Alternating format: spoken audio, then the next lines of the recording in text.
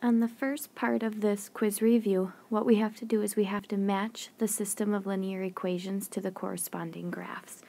So if I look at the first problem, you'll notice I have a y-intercept of -2 and a y-intercept of 1. So if I look at graph A, it matches where it has a y-intercept of -2, but it does not have a y-intercept, or it does not cross the y-axis at 1. So number 1 could not be with A. If I look at B, it has a y-intercept at -2 and a y-intercept at +1, which is just like 1. So the systems of equations for 1 go with graph B. On problem 2, it has a -3 and a +1.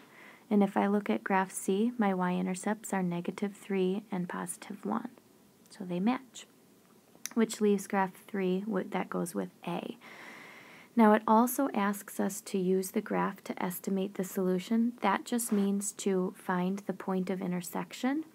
So on graph A, the point of intersection is at -2, -3, because on the x-axis, which I'm highlighting, you had to go to the left 2, and on the y-axis, you had to go down to 3, so -3.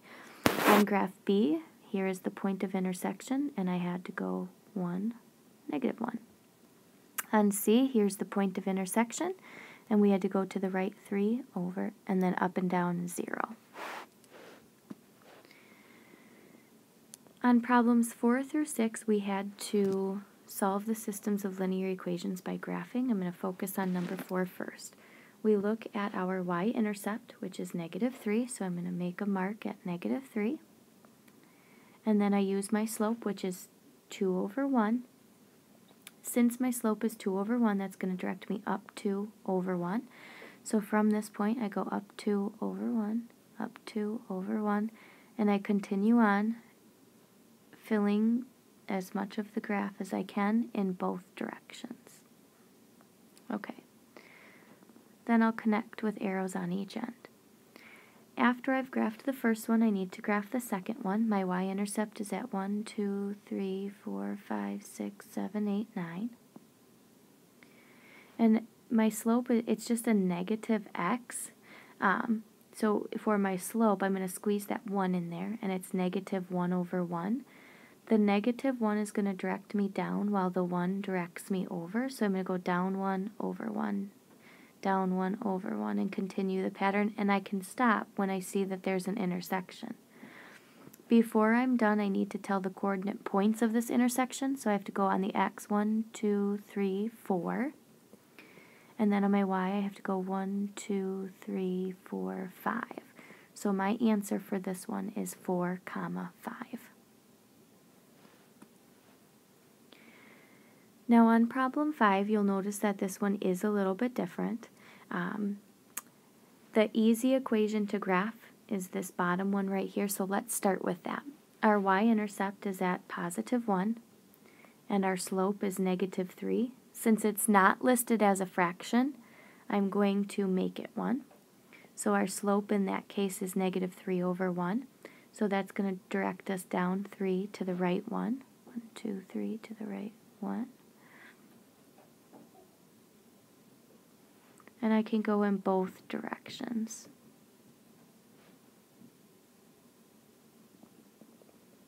Connect with arrows on each end.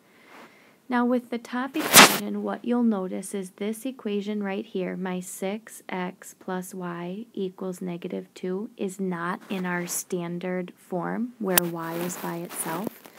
So what we're going to do is we're going to apply what we had done in the last section, and we're going to get that y by itself. Right now, if I look over here, I notice that there's a 6x attached to the y by addition. So if I want to move that to the other side, I'm going to subtract 6x's from both sides. So now I have y equals, I'm going to list my x's first because we always list our slope first, so -6x minus 2. Now I can graph this equation. My y-intercept is -2. And my slope is -6 over 1. The -6 is going to direct me down while the 1 directs me over. So from here I go down 2, 3, 4, 5, 6 over 1. I'm going to have to go in the other direction, 1, 2, 3, 4, 5, 6 over 1, and I found where they intersect. That point of intersection needs to be listed as a coordinate point. So on my x-axis, I have to go to the left 1, which is negative 1. And on my y-axis, I go up 1, 2, 3, 4. So my final answer is negative 1, positive 4. On problem 6, you'll notice that we're going to have to do more work because none of these are in the y equals mx plus b form. A problem like number 6 would be extra credit on a quiz because there's more work for you to do. So I'm going to start with the first equation, 4x plus 2y equals 2. Our goal is to get this y by itself. So the first thing that I'm going to move to the other side is this plus 4x.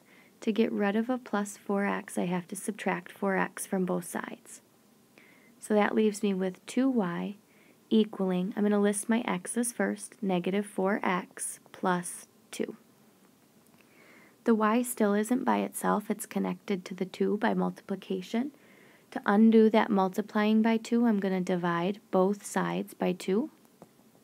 So that's going to leave me with y equals negative 4 over 2x plus 2 over 2. I have to take both of the top pieces and have them over 2. I can reduce this to y equals negative 2x plus 1 because negative 4 over 2 is negative 2 and 2 over 2 is 1. So now I have an equation that I can graph.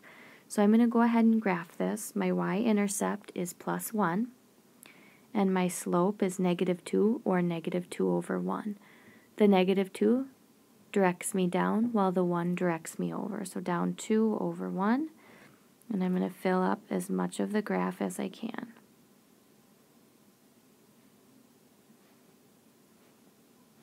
Connect with arrows on each end. Now that I have the first equation done, I'm going to take this 3x equals 4 minus y, and I'm going to solve this one for y. Our goal is to get the y by itself, and that y needs to be a positive y. So right now I'm going to take and I'm going to move this y over to the left-hand side. So in order to do that, I'm going to add y to both sides. And that's going to leave me with y plus 3x, or 3x plus y, equals 4. And remember, our goal is to get that y by itself, but right now it's attached to a plus 3x. So in order to undo that plus 3x, I'm going to minus 3x from both sides.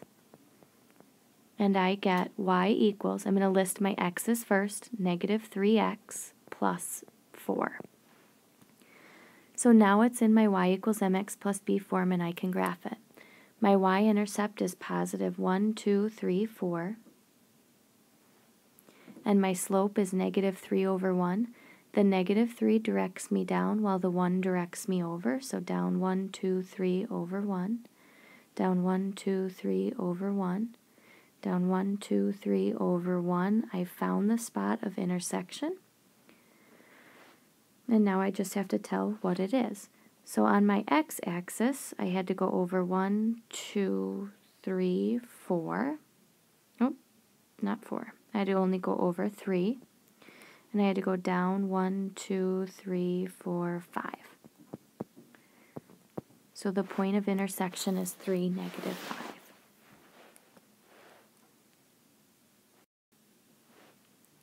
On the back side of the worksheet, you are going to have to do substitution, which is what we did first. So remember, if we know what y equals, we can take that x minus 8, and substitute it in wherever we see y. So instead of the y in the second equation, I'm going to write x minus 8, and then I'll bring down the equals 2x minus 14. Our goal is to first figure out what x equals. So what I'm going to do is I'm going to move my x over here with my 2 x's. In order to get rid of a positive x, I'm going to subtract x from both sides. So that leaves me with negative 8 equaling 2x minus 1x is just x minus 14. Now right now our x is not by itself. It's connected to a minus 14. So to get the x by itself, I'm going to have to add 14 to both sides.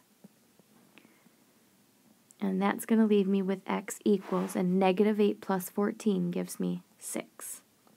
Now I have to take that x and plug it into my original equation. So instead of y equals x minus 8, I'm going to plug in 6 for my x. So y equals 6 minus 8, and 6 minus 8 gives me negative 2. I'm going to write my answer as 6, negative 2. On problem number 8, we know what x equals. So I'm going to take what x equals and I'm going to substitute it in for my x. So I'm going to have 2, and then instead of my x, I'm going to have 2y plus 2 minus 5y equals 1. I have to apply the distributive property. 2 times 2y gives me 4y, plus 2 times 2 gives me 4, minus 5y equals 1. 4y minus 5y gives me a negative 1y. Make sure you take that minus sign with it, otherwise you may think it's 9y. Plus 4 equals 1. I'm going to have to subtract 4 from both sides because our goal now is to get that y by itself. So we get negative 1y equals negative 3. Divide both sides by negative 1, and y equals 3. Now that we have our y, we're going to write down our x equals equation, which is x equals 2y plus 2. And instead of our y, we're going to plug in what we know. So we have 2 times 3 plus 2, or 6 plus 2, which is 8. So our final answer is 8, 3, because we want to list our x first and our y second. Number 9 is one of the tricky ones that we had done, and the reason it's tricky is because none of the variables are by themselves. But the variable that's really close to being by itself is this x right here, which means I'm going to take this equation, x minus 5y equals 1, and I'm going to get the x by itself. Right now, the x is attached to a minus 5y. To move the minus 5y, I've got to add 5y to both sides. So now I have what x equals. X equals 1 plus 5y. So now I can take that and I can plug it in for my x. So it's going to be negative 2 times 1 plus 5y plus 9y equals 1. We'll go ahead and distribute. Negative 2 times 1 is negative 2, plus negative 2 times 5y is negative 10y, plus 9y equals 1. If I combine my like terms, I get negative 2 plus negative 10y plus 9y is negative 1y equals 1. So I'm going to add 2 to both sides to start to get that y by itself. And I'm noticing right now I forgot to put my negative right here. So I'm going to go back and put the negative 1 in, because if you notice up in the original equation it's a negative 1. I apologize for that. So now I've got negative 1y equals negative 1 plus 2 is positive 1.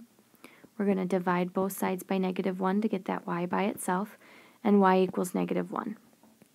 Now that we have what y equals, we're going to plug in up here. So x is going to equal 1 plus 5 times our y, while our y is negative 1. So 1 plus 5 times negative 1 is negative 5, and 1 plus negative 5 is negative 4. So x equals negative 4, while y equals negative 1.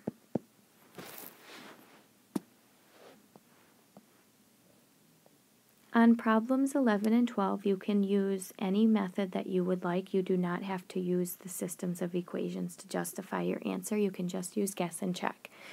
The two numbers that you should have come up with are 15 and 23.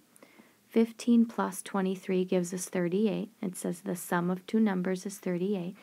And one number is 8 more than the other. So 23 minus 15 ends up giving us 8. So here are our two numbers. On number 12, we have a volleyball court, and they tell us that we're comparing the length to the width.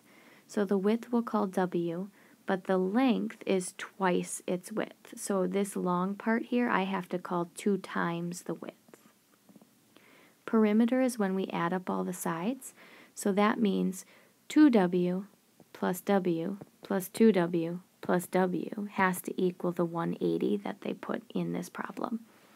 If I combine all of my like terms, all of these W's give me 6 W's equaling 180.